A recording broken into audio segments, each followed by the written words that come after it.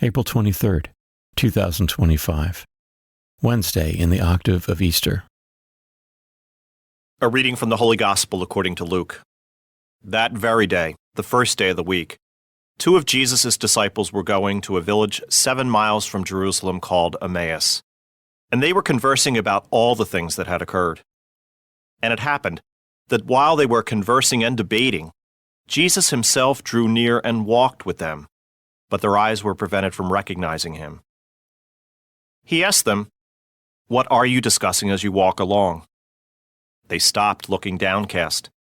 One of them, named Cleopas, said to him in reply, "Are you the only visitor to Jerusalem who does not know of the things that have taken place there in these days?" And he replied to them, "What sort of things?" They said to him, "The things that happened to Jesus the Nazarene, who was a prophet mighty in deed and word before God and all the people, how our chief priests and rulers both handed him over to a sentence of death and crucified him. But we were hoping that he would be the one to redeem Israel. And besides all this, it is now the 3rd day since this took place. Some women from our group, however, have astounded us. They were at the tomb early in the morning and did not find his body. They came back and reported that they had indeed seen a vision of angels who announced that he was alive. Then some of those with us went to the tomb and found things just as the women had described, but him they did not see." And he said to them, "Oh, how foolish you are! How slow of heart to believe all that the prophets spoke! Was it not necessary that the Christ should suffer these things and enter into his glory?" Then, beginning with Moses and all the prophets, he interpreted to them what referred to him in all the Scriptures. As they approached the village to which they were going, he gave the impression that he was going on farther. But they urged him, "Stay with us, for it is nearly evening and the day is almost over." So he went in to stay with them. And it happened that while he was with them at table, he took bread, said the blessing, broke it, and gave it to them. With that, their eyes were opened, and they recognized him, but he vanished from their sight.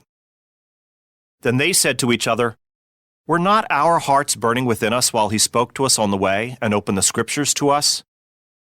So they set out at once and returned to Jerusalem, where they found gathered together the 11 and those with them who were saying, "The Lord has truly been raised and has appeared to Simon." Then the two recounted what had taken place on the way, and how he was made known to them in the breaking of the bread. The Gospel of the Lord. A reading from the Acts of the Apostles.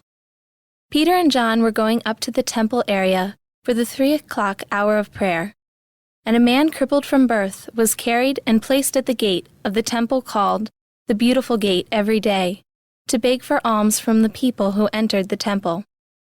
When he saw Peter and John about to go into the temple, he asked for alms. But Peter looked intently at him, as did John, and said, "Look at us." He paid attention to them, expecting to receive something from them. Peter said, "I have neither silver nor gold, but what I do have I give you. In the name of Jesus Christ the Nazarene, rise and walk." Then Peter took him by the right hand and raised him up, and immediately his feet and ankles grew strong. He leaped up, stood and walked around, and went into the temple with them, walking and jumping and praising God.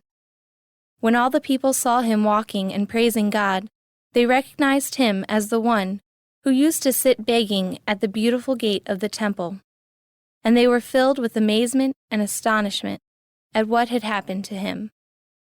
The word of the Lord. The responsorial psalm. The response is, "Rejoice, O hearts that seek the Lord. Give thanks to the Lord, invoke his name, make known among the nations his deeds.